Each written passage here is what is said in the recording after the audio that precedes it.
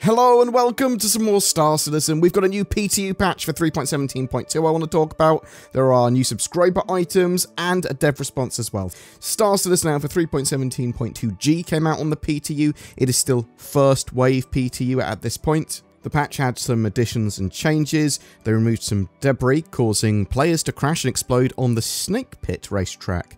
That track is on the moon of Clio near Microtech and was thought to sort of be an Easter egg, but it might actually be something a bit more for the patch. We'll have to wait and see. Players are already sort of going there and messing around and having a bit of a race and just exploring that little area now. I hope we see many more points of interest and locations that they don't necessarily tell us about in the near future. They've also made improvements to the on-foot AI networking to improve their movements and responses and reduce rubber banding, something that was much needed. They've adjusted the R_display session info QR code to use screen height for scaling. This is what you'd use if you were doing testing and you want to sort of take a screenshot of what's happening for CIG to then basically be able to get a load more information about what's happening and why you have that particular bug, or help them find out why certain bugs are going on. Bug fix wise, they fixed an issue that caused FPS AI to rubber band, teleport, jitter, or move unexpectedly. Now, I'm going to be testing this out next time there's a Siege of Orison sort of mission and test, probably this weekend is what I would expect. Let's see how much they've actually reduced this rubber banding and jittering. Players should no longer be able to revive unconscious hostile NPCs using the med gun. They fixed an issue that was causing AI reinforcement ships to get stuck while landing. The Tumbrel Cyclone MT missile racks should now function. The Redeemer disc joint should no longer be invulnerable. The shared serviced beacons should no longer fail until the last player has quit. Reclaimer elevator doors should no longer break and stay closed after turning off the gravity on the failed negotiations mission. They fixed 4 client and 3 server crashes, as well as 2 server deadlocks. There is more going on with this patch though. So in this build, Cloud Imperium said that they've reverted a few of the streaming and actor networking changes as a test to track down issues, so character streaming may behave differently in this build.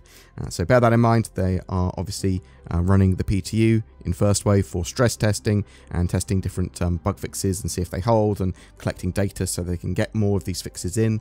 They've been testing Jumptown with this build as well. It looks like they want to get Jumptown and the Ninetales lockdown in a good place for 3.17.2. Beyond that, the testing focuses for the patch are hit registration ship combat tests, both in the Persistent Universe and Arena Commander, Derelict Reclaimers version 1, Derelict Colonial Outposts, new space stations and Lagrange points, Rimhex Hospital expansion, Combat Service Beacons version 2, illegal collect and delivery missions from Redwind, player and AI networking updates as well.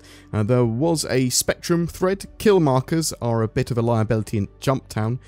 This post just showed that too many kill markers and where people have died markers clog up your UI and make combat a bit more difficult. They sort of need to be cleared out and done more sensibly.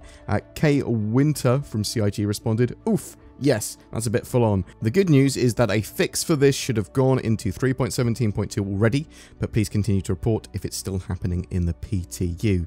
That original post was from possibly a hijacker. That's the sort of annoying bugs as well I like Cloud Imperium to fix ASAP. And there's still a variety of known issues. Having specific helmets equipped during a FOIP call, face over IP, will show the player as headless or missing eyes and teeth.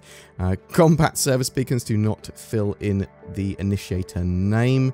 Player screens can shake when they respawn after being killed firing their weapon. Dying in a lawful bunker mission can cause the player to respawn at Grimhex. Some AI enemies will not engage security AI or players. Weapon holsters or unholsters unintentionally sometimes. When using the max buy or buying the max of an item, you can sometimes get an inventory or stock error. Some missions do not generate a marker or initialize on arrival. Components and interiors remain when ships are destroyed. NPCs not spawning at mission locations, that's a big problem. When purchasing a rental vehicle from a rental kiosk, the money taken will not be displayed properly on the kiosk or the mobiGlass. Hangar elevators collision grids pushes players through its path when called in multiple locations. When selecting the text field box for quantity multiplier, you lose control of the in-game mouse cursor. Elevators have portal and vis area problems when their doors open. Ships on landing pads end up in an unknown state and have to be reclaimed after the ship is stored or streamed out. That's still a lot of issues, and some of which are relatively game-breaking. Cloud Imperium need to iron out these, as well as problems more specific to the Siege of Orison event as well. We're likely going to see more tests of the Siege of Orison this weekend, in my opinion, and potentially an open PTU next week, and then live the week after. That's my current expectation for 3.17.2.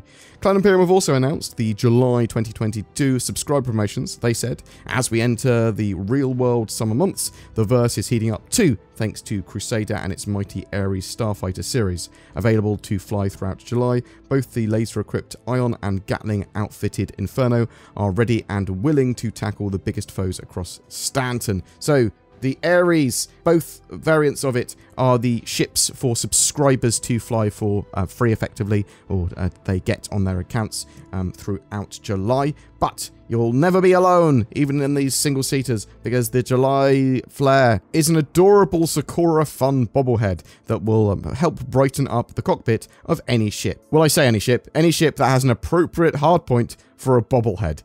So there's a green bobblehead for Centurion subs, both that and a blue one for Emperators, and there's a white one in the sub shop.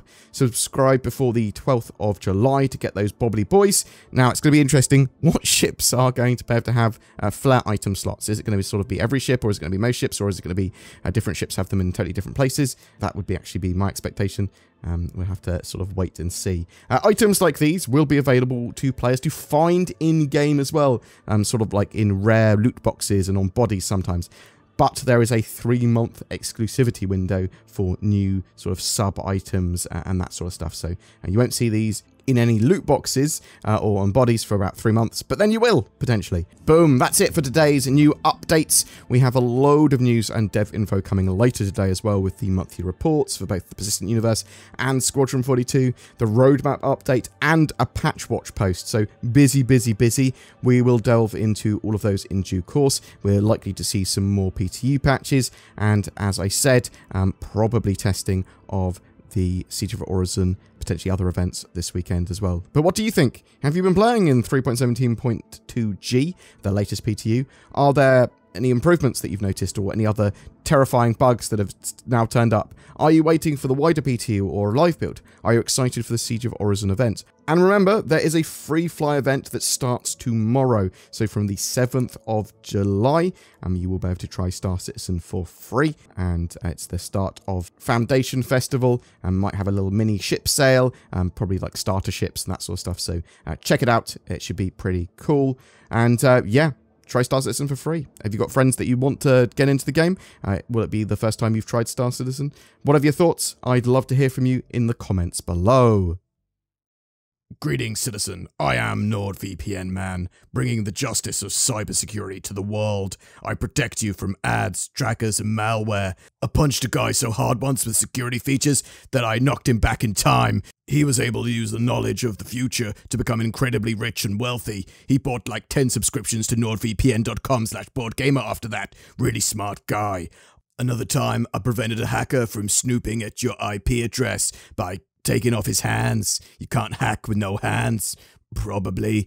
Anyway, you should get NordVPN, otherwise the terrorists win. Every month we have a giveaway. For July 2022, we're giving away a Hull A cargo hauler, as well as a Nomad multi-role freighter. That Nomad also comes with a hovercrod bike. So there's 2 lucky winners this month, and both of those packages contain access to Star Citizen. Comment on any of my videos during this month to be in for a chance of winning that, and check the description down below for more details.